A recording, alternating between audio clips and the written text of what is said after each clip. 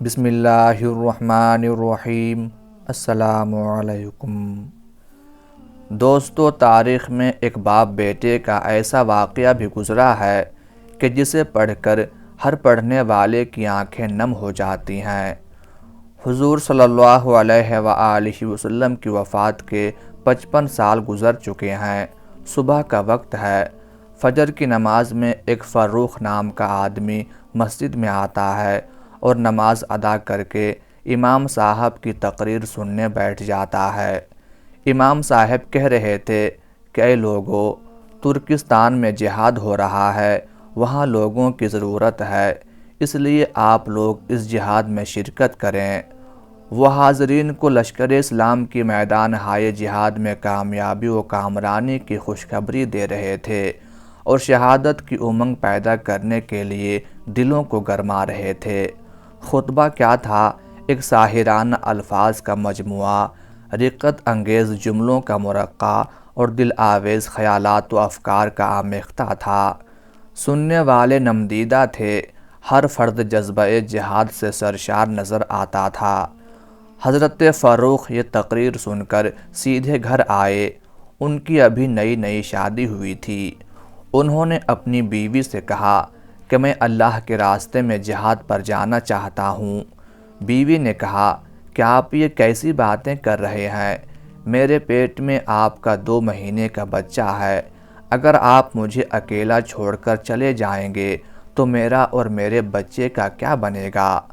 فاروق نے کہا کہ اے اللہ کی بندی، تو اللہ پر بھروسہ رکھ، میں تمہیں اللہ کے سپرد کر کے جا رہا ہوں، اور یہ میرے پاس 30,000 دینار ہیں، یہ مال غنیمت سے میرے حصے میں آئے تھے، انہیں تو اپنے خرچے میں لانا اور معروف انداز میں اپنے ہونے والے بچے پر بھی خرچ کرنا، اور میں جلد ہی واپس آ جاؤں گا۔ بہت اصرار کے بعد بیوی نے کہا ٹھیک ہے، لیکن جلدی واپس آنا۔ اور پھر اسی دن فاروق نے اپنا جہاد کا سامان تیار کیا اور شام ہوتے ہوتے اپنا گھوڑا لے کر گھر سے نکلنے لگے۔ شوہر کو جاتا دیکھ بیوی کی آنکھوں میں آنسو بھر آئے۔ فاروق نے بیوی کو گلے سے لگاتے ہوئے کہا کہ تم پریشان نہ ہو، اللہ تمہاری حفاظت کرے گا، میں جلد ہی واپس آ جاؤں گا۔ پھر الوداعی سلام کیا اور اپنی منزل پر روانہ ہو گیا۔ بیوی دروازے پر کھڑی اپنے شوہر کو دیکھ رہی تھی۔ اس کے دل میں عجیب سا طوفان برپا تھا۔ کبھی خیال آتا کہ میرے شوہر جا رہے ہیں، پتہ نہیں اب کبھی ان کو دیکھنا نصیب بھی ہوگا یا نہیں، اور کبھی خیال آتا کہ میری زندگی کا اب کیا بنے گا؟ اگر یہ واپس نہ آئے تو میرا اور میرے بچے کا کیا ہوگا؟ پتہ نہیں اب اس دنیا میں مجھے اپنے شوہر سے ملنا نصیب ہوگا یا پھر سیدھے جنت میں ہی ان سے ملاقات ہوگی۔ بیوی نے خود کو سنبھالتے ہوئے کہا کہ تم اللہ پر بھروسہ رکھو، اللہ ہمارا اور بچے کا محافظ ہوگا۔ دن گزرتے گئے۔ اس معزز سلیقہ شعار وفادار اور سگھڑ خاتون نے اپنے خاوند کی روانگی کے چند ماہ بعد ایک خوب روح، خوش اطوار اور جاذب نظر بچے کو جنم دیا۔ اسے دیکھ کر بہت خوش ہوئی۔ خیال آیا کہ شاید یہ اپنے باپ کی جدائی کا غم غلط کر دے اور یہ اس کی نشانی اور امانت، میرے دل کا سرور اور آنکھوں کی ٹھنڈک بن جائے۔ اس بچے کا نام ربیہ رکھا گیا تاکہ اس کا وجود گھر کے آنگن کے لیے سدا بہار کا سماں پیدا کرتا رہے۔ اس ننھے بچے کے روشن چہرے پر شرافت و نجابت کی علامت شروع ہی سے آشکار تھی۔ بچپن ہی سے اس کی باتوں اور کاموں سے ذہانت ٹپکتی تھی۔ ماں نے اس کی تعلیم و تربیت کے لیے انہیں ماہر اساتذہ کے سپرد کر دیا اور انہیں اچھی طرح تعلیم دینے کی تلقین کی اور تربیت دینے والوں کی خدمت میں درخواست کی کہ وہ اسے اچھے انداز میں ادب سکھلائیں۔ تھوڑی ہی دیر میں اس نے لکھنے پڑھنے میں مہارت پیدا کر لی، قرآن مجید حفظ کر لیا اور ایسی ترتیل، تجوید و خوش الحانی سے پڑھنے لگا جیسا کہ رسول اقدس صلی اللہ علیہ وآلہ وسلم کے قلب اطہر پر نازل ہوا تھا۔ جس قدر ممکن ہو سکا احادیث رسول کو بھی زبانی یاد کر لیا اور اس طرح کلام عرب کا بھی قابل قدر حصہ زبانی یاد کر لیا۔ علاوہ ازیں دینی احکامات کی معرفت بھی حاصل کر لی۔ ربیہ کی والدہ اپنے بیٹے کی خاطر اس کے اساتذہ پر مال و دولت نچھاور کرنے لگی اور انہیں انعامات سے نوازنے لگی۔ جب بھی یہ دیکھتے کہ اس کا بیٹا میدان علم و ادب میں چند قدم آگے بڑھا ہے، وہ اسی قدر انعام و اکرام میں بھی اضافہ کر دیتی۔ وہ اس کے پردیسی باپ کی واپسی کا انتظار کرتی تھی اور اس کوشش میں تھی کہ بیٹا بڑا ہو کر ایسے مقام پر فائز ہو کہ عوام الناس کی رہنمائی کا باعث بنے۔ جس وقت اس کا باپ سفر سے واپس لوٹے، وہ اپنا باادب مہذب تعلیم یافتہ بیٹا دیکھ کر باغ باغ ہو جائے، لیکن اس کے خاوند کی جدائی لمبی ہو گئی۔ دل کے ارماں آنسوؤں میں بہنے لگے، مختلف خیال آرائیاں ہونے لگیں۔ کوئی کہتا دشمن کے ہاتھوں قید ہو گیا ہوگا، کوئی کہتا نہیں وہ آزاد ہے اور جہاد میں مشغول ہوگا۔ میدان جہاد سے واپس لوٹنے والے کہتے اس نے اپنی دلی تمنا کے مطابق جام شہادت نوش کر لیا ہوگا۔ ربیہ نے اس تیسری بات کو ترجیح دی کیونکہ عرصہ دراز سے کوئی اس کی خبر نہ تھی۔ اس جدائی نے اس کے دل کو پژمردہ کر دیا، لیکن اس نے صبر و شکر کے ساتھ اللہ تعالیٰ سے ثواب کی نیت کر لی۔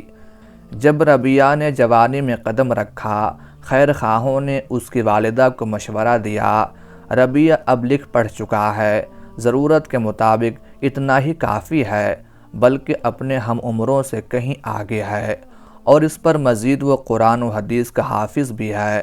اگر تو اس کے لیے کوئی پیشہ منتخب کر لے تو وہ بہت جلد اس میں مہارت پیدا کر لے گا، پھر وہ منافع سے آپ پر اور اپنی ذات پر خرچ کرنے کے قابل ہو سکے گا۔ والدہ نے یہ تجویز سن کر کہا، میں اللہ تعالیٰ سے دعا کروں گی کہ وہ اس کے لیے ایسا کام تجویز کر دے جو اس کی دنیا اور آخرت کے لیے بہتر ہو۔ پھر ربیہ نے اپنے لیے علم کو منتخب کر لیا اور اس نے مصمم ارادہ کر لیا کہ زندگی بھر متعلم یا معلم کی حیثیت میں رہوں گا۔ ربیہ اپنے منتخب راستے پر بغیر کسی کوتاہی اور تساہل کے گامزن رہے اور ان علمی حلقوں کی طرف جن کی مسجد نبوی میں چہل پہل تھی اس طرح لپکے جیسے کوئی پیاسا میٹھے پانی کے چشمے کی طرف لپکتا ہے، اور ان صحابہ کرام رضی اللہ عنہم کا دامن پکڑ لیا جو ابھی بقید حیات تھے، اور ان میں سر فہرست خادم رسول اللہ حضرت انس بن مالک رضی اللہ تعالی عنہ تھے۔ تابعین کے پہلے طبقے سے بھی علم حاصل کیا، جن میں حضرت سعید بن مسیب اور حضرت سلمہ بن دینار سر فہرست ہیں۔ میدان علم میں دن رات کی مسلسل محنت نے اسے جسمانی طور پر بہت کمزور کر دیا تھا۔ ایک ساتھی نے اسے کہا، پیارے دوست، اپنے آپ پر ذرا رحم کیجئے۔ اس نے جواب میں کہا، ہم نے اپنے مشائخ کو یہ فرماتے ہوئے سنا ہے، علم اس وقت تک اپنا معمولی سا حصہ بھی تمہارے سپرد نہیں کرے گا جب تک تم مکمل اپنا آپ اس کے سپرد نہیں کر دیتے۔ تھوڑے ہی عرصے بعد اس کا نام بلند ہوا، مقدر کا ستارہ چمکا اور اس کے چاہنے والوں کی تعداد بڑھ گئی۔ شاگرد اس پر فریفتہ ہونے لگے اور قوم نے اسے اپنا سردار بنا لیا۔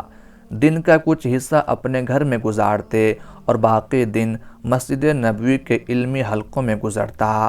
اس کی زندگی کے دن اسی طرح گزر رہے تھے کہ ایک ایسا واقعہ رونما ہوا جس کا انہیں وہم و گمان ہی نہ تھا۔ موسم گرما کی چاندنی رات تھی۔ ایک جنگجو شہسوار ہتھیاروں سے لیس 60 سال کی عمر میں مدینہ منورہ آیا۔ وہ اپنے گھوڑے پر سوار مدینہ منورہ کی گلیوں میں اپنا گھر تلاش کر رہا تھا۔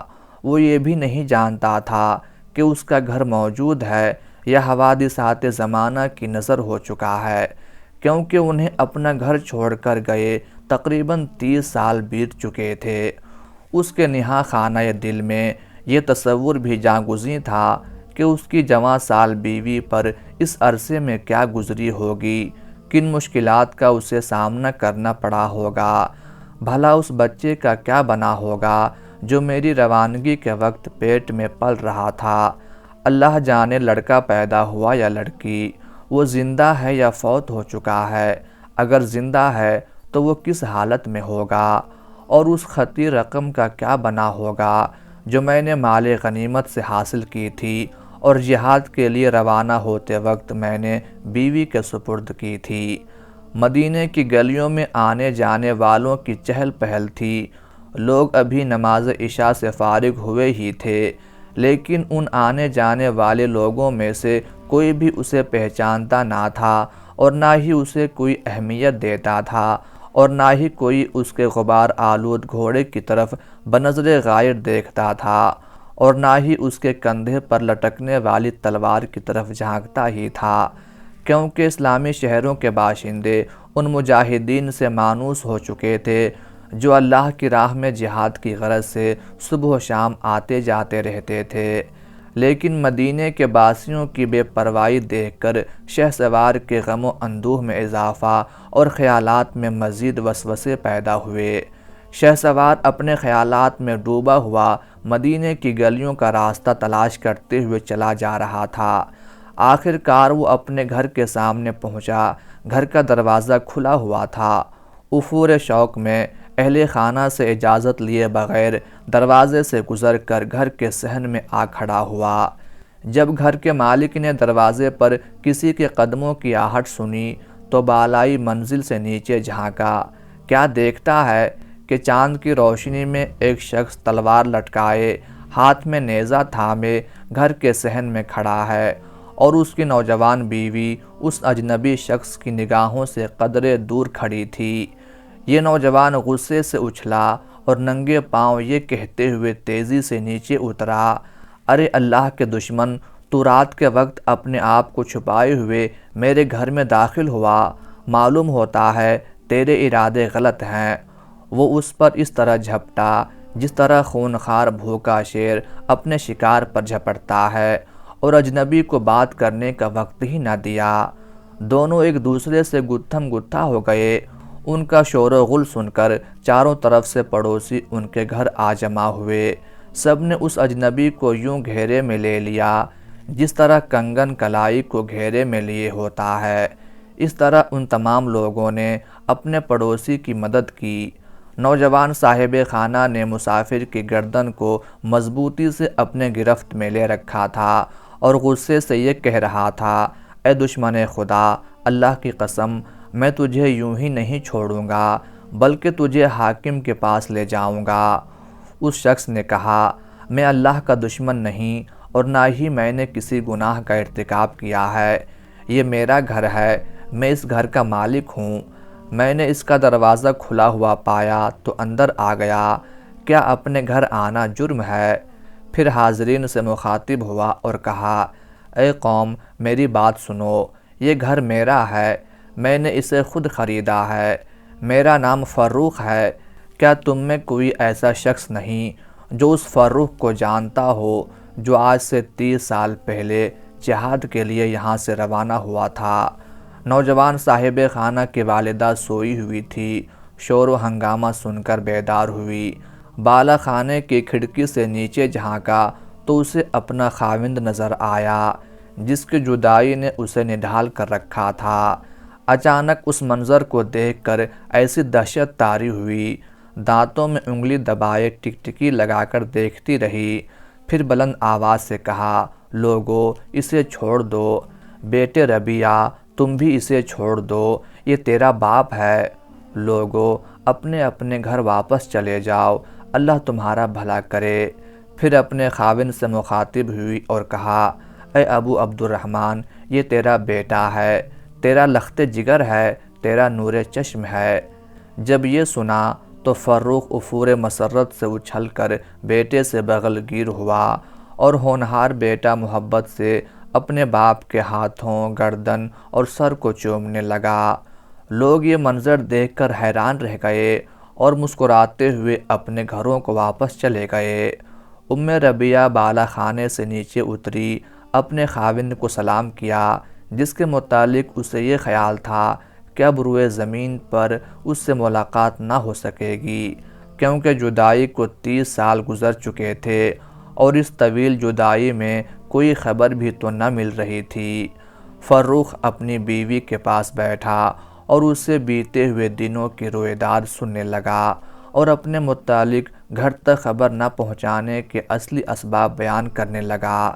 لیکن اس کی بیوی یہ سب کچھ بے خیالی میں سن رہی تھی، کیونکہ اس سے ملاقات اور باپ کے اپنے بیٹے کو بچشمِ خود دیکھ لینے کی خوشی میں اس خوف کی آمیزش بھی شامل ہو چکی تھی کہ کہیں مجھ سے اسی مجلس میں اس خطیر رقم کے متعلق نہ پوچھ لیں جو جاتے ہوئے میرے سپرد کر گئے تھے۔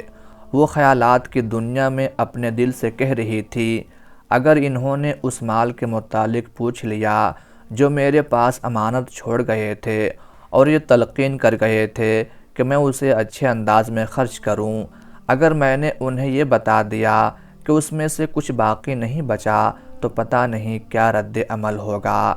اگر میں نے انہیں یہ بتا دوں کہ میں نے تمام مال اس کے بیٹے کی تعلیم و تربیت پر خرچ کر دیا ہے تو کیا یہ سن کر انہیں خوشی ہوگی یا تعجب؟ کیا میرا یہ جواب ان کے لیے کافی ہوگا؟ کہیں یہ غصے میں نہ آ جائیں، کہیں یہ دوبارہ جدائی کا صدمہ برداشت کرنے کے لیے مجھے اکیلا چھوڑ کر سفر پر روانہ نہ ہو جائیں؟ کیا وہ اس بات کو بھی سچ مان لیں گے کہ اس کا لخت جگر بادل سے بھی زیادہ سخی ہے؟ اس کے ہاتھ میں درہم و دینار میں سے کچھ باقی نہیں رہتا۔ مدینے کا بچہ بچہ جانتا ہے کہ اس نے دار اسلام میں نئے داخل ہونے والوں پر بے دریغ خرچ کیا۔ ربیعہ اپنے ان خیالات میں مستغرق تھی۔ خاوند نے اس کی طرف دیکھا اور کہا، ربیعہ کیا سوچ رہی ہو؟ کن خیالات میں گم ہو؟ کون سی بپتا آن پڑی ہے؟ یہ دیکھو، میں 4000 دینار اور لایا ہوں، تم بھی وہ دینار لاؤ جو جاتے وقت میں تمہارے سپرد کر گیا تھا، تاکہ اس مال سے ہم باغ اور زمین خرید لیں اور زندگی بھر اس کی آمدن سے آسودگی حاصل کریں۔ وہ یہ سن کر خاموش رہی اور اسے کچھ جواب نہ دیا۔ فروخ نے بیوی سے دوبارہ کہا، لائیے مال کہاں ہے تاکہ اسے ایک ساتھ ملا دوں؟ بیوی نے کہا، میں نے اسے وہاں رکھا ہے جہاں اس کا رکھنا مناسب تھا، انشاءاللہ چند دن کے بعد آپ اس کے ثمرات دیکھ لیں گے۔ پھر صبح کی اذان نے ان کا سلسلہ کلام منقطع کر دیا۔ فروخ وضو کرنے کے لیے اٹھا، پھر جلدی سے دروازے کی طرف گیا، آواز دی، ربیعہ کہاں ہے؟ اسے بتایا گیا وہ تہجد کی اذان ہوتے ہی مسجد چلا گیا تھا۔ اہل خانہ نے کہا، ہمارا خیال ہے کہ اب آپ کو جماعت نہیں ملے گی۔ فروخ مسجد پہنچا، دیکھا کہ امام صاحب ابھی تھوڑی دیر پہلے نماز پڑھا کر فارغ ہوئے ہیں۔ انہوں نے فرض نماز ادا کی، پھر روضہ رسول پر گئے، صلاۃ و سلام پڑھا، پھر ریاض الجنہ کی طرف مڑے۔ دل میں وہاں نماز ادا کرنے کا شوق تھا۔ اس کے معطر اور نورانی ماحول میں دل لگا کر نفلی نماز ادا کی اور گڑ گڑا کر دعائیں مانگیں۔ جب مسجد سے جانے کا ارادہ کیا تو دیکھا کہ اس کے صحن میں ایک ایسی علمی محفل جمی ہوئی ہے جو مثالی نوعیت کی تھی اور اس سے پہلے اس قسم کی مجلس کہیں نہیں دیکھی تھی۔ لوگ شیخ مجلس کے گرد حلقہ بنا کر بیٹھے ہوئے تھے۔ رش اتنا تھا کہ تل دھرنے کی جگہ بھی باقی نہ تھی۔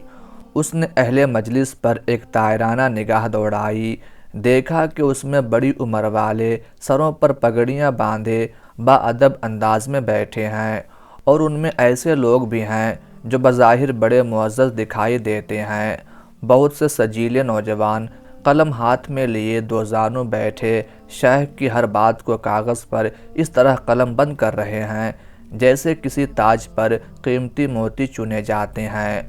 وہ اپنی کاپیوں میں شیخ کے ارشادات کو اس طرح قلم بند کر رہے تھے جیسے عمدہ چیزوں کو محفوظ کیا جاتا ہے۔ سبھی شیخ کی طرف ٹکٹکی لگا کر دیکھ رہے تھے۔ اس طرح خاموشی، ادب و احترام اور کامل توجہ سے بلا حس و حرکت سن رہے تھے جیسا کہ ان کے سروں پر پرندے بیٹھے ہوئے ہوں۔ حاضرین میں بات کو دور تک پہنچانے کے لیے مکبر شیخ کے بیان کا ایک ایک جملہ بآواز بلند دہرا رہا تھا تاکہ دور بیٹھے ہوئے احباب تک ان کی ہر بات آسانی سے پہنچ جائے اور اہل مجلس میں سے کوئی بھی کسی جملے سے محروم نہ رہے۔ فروخ کے دل میں شیخ مجلس کے دیدار کا شوق پیدا ہوا، لیکن زیادہ فاصلہ ہونے کی وجہ سے چہرہ صاف دکھائی نہ دے رہا تھا۔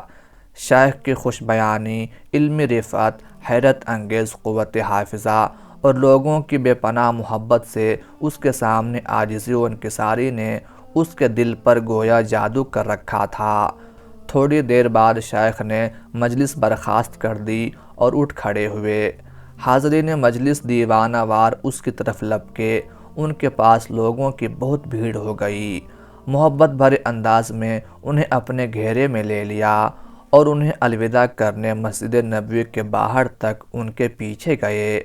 اس موقع پر فروخ نے اپنے پاس بیٹھے ہوئے ایک شخص سے پوچھا، خدارا مجھے یہ تو بتا دیں کہ یہ بلند پایہ شیخ کون ہے؟ اس شخص نے تعجب سے کہا، کیا آپ مدینہ منورہ میں نہیں رہتے؟ فروخ نے کہا، کیوں نہیں، میں مدینہ کا باسی ہوں۔ اس شخص نے کہا، مدینہ میں ایسا کون ہے جو اس شیخ کو نہیں جانتا؟ فروخ نے کہا، اگر میں اسے نہیں جانتا تو مجھے معذور سمجھیں، کیونکہ میں 30 سال قبل جہاد کے لیے مدینہ سے چلا گیا تھا، کل ہی واپس لوٹا ہوں۔ اس شخص نے کہا، چلو کوئی بات نہیں، آئیے میرے پاس بیٹھیے، میں آپ کو اس شیخ کے متعلق بتاتا ہوں جس شیخ کا بیان آپ نے مجلس میں سنا ہے۔ یہ تابعین کے سردار اور امت مسلمہ کے بہت بڑے عالم اور نوعمری کے باوجود مدینہ کے محدث، فقیہ اور امام ہیں۔ یہ سن کر فروخ نے کہا، ماشاء اللہ، نظر بد دور۔ اس شخص نے اپنی بات جاری رکھتے ہوئے کہا، اس کی یہ مجلس مالک بن انس، امام ابو حنیفہ، یحییٰ بن سعید، سفیان ثوری رحمہم اللہ جیسے اکابرین کی یاد دلاتی ہے۔ فروخ کچھ کہنے لگا، لیکن اس شخص نے اسے بات کرنے کی مہلت نہ دی، بلکہ اس نے بات کو جاری رکھتے ہوئے کہا، ان خوبیوں کے علاوہ شیخ خوش اخلاق، فرشتہ سیرت، منکسر المزاج اور سخاوت کا دھنی بھی ہے۔ اہل مدینہ نے ان سے بڑھ کر کوئی سخی نہیں دیکھا اور نہ ہی ان سے بڑھ کر کوئی متقی و پرہیزگار۔ فروخ نے کہا، آپ ان کی تعریف ہی کیے جا رہے ہو، لیکن ابھی تک ان کا نام نہیں بتایا۔ اس شخص نے بتایا، اس کا نام ربیعہ رائی ہے۔ فروخ نے تعجب سے پوچھا، ربیعہ رائی؟ اس نے کہا، ہاں، اس کا نام ربیعہ ہے، لیکن مدینہ کے علماء و مشائخ اسے ربیعہ رائی کے نام سے پکارتے ہیں۔ ان کی علمی شان و شوکت کے کیا کہنے۔ جب علماء مدینہ کو کسی درپیش مسئلہ میں قرآن و سنت سے صریح نص نہیں ملتی تو وہ ان سے رجوع کرتے ہیں اور وہ اپنے اجتہاد سے اس کا ایک ایسا حل پیش کرتے ہیں جس سے علماء مطمئن ہو جاتے ہیں۔ فروخ نے پوچھا، یہ کس کا بیٹا ہے؟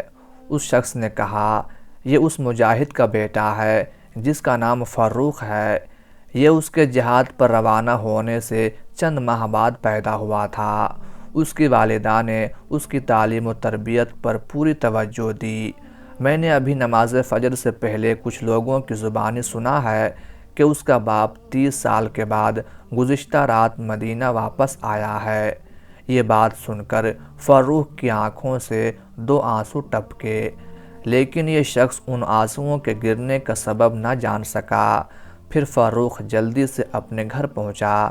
بیوی نے دیکھا کہ ان کی آنکھیں بھیگی ہوئی ہیں، پوچھا، ابو ربیعہ، اللہ خیر کرے، کیا ہوا؟ آپ کی آنکھیں آنسوؤں سے تر کیوں ہیں؟ اس نے کہا، گھبرائیے نہیں، سب خیر ہے۔ آج میں نے اپنے بیٹے ربیعہ کی نرالی شان دیکھی ہے۔ یہ منظر دیکھ کر بے انتہا خوشی میں میری آنکھوں سے آنسو ٹپک پڑے۔ آج اس کے علمی مقام، خوش بیانی اور لوگوں کی اس کے ساتھ بے پناہ محبت نے مجھے گھائل کر دیا۔ میں کس قدر خوش نصیب ہوں کہ مجھے بلند مقام بیٹا ملا۔ ام ربیعہ نے اس موقع کو غنیمت جانتے ہوئے کہا، میرے سرتاج، آپ کو ان 2 چیزوں میں سے کون سی چیز زیادہ محبوب و مرغوب ہے؟ 30,000 دینار یا اپنے بیٹے کا علم و فضل میں یہ بلند مقام؟ فروخ نے کہا اللہ کی قسم مجھے پوری دنیا کے مال سے زیادہ اپنے لخت جگر کا یہ مقام قیمتی اور محبوب دکھلائی دیتا ہے۔ بیوی نے کہا جو مال آپ مجھے بطور امانت دے گئے تھے وہ میں نے اس کی تعلیم و تربیت پر خرچ کر دیا ہے، کیا آپ اس سے خوش ہیں؟ انہوں نے فرمایا ہاں کیوں نہیں، مجھے اس سے بہت خوشی ہوئی ہے۔ اللہ تعالیٰ آپ کو میرے بیٹے اور تمام مسلمانوں کی جانب سے جزائے خیر عطا کرے۔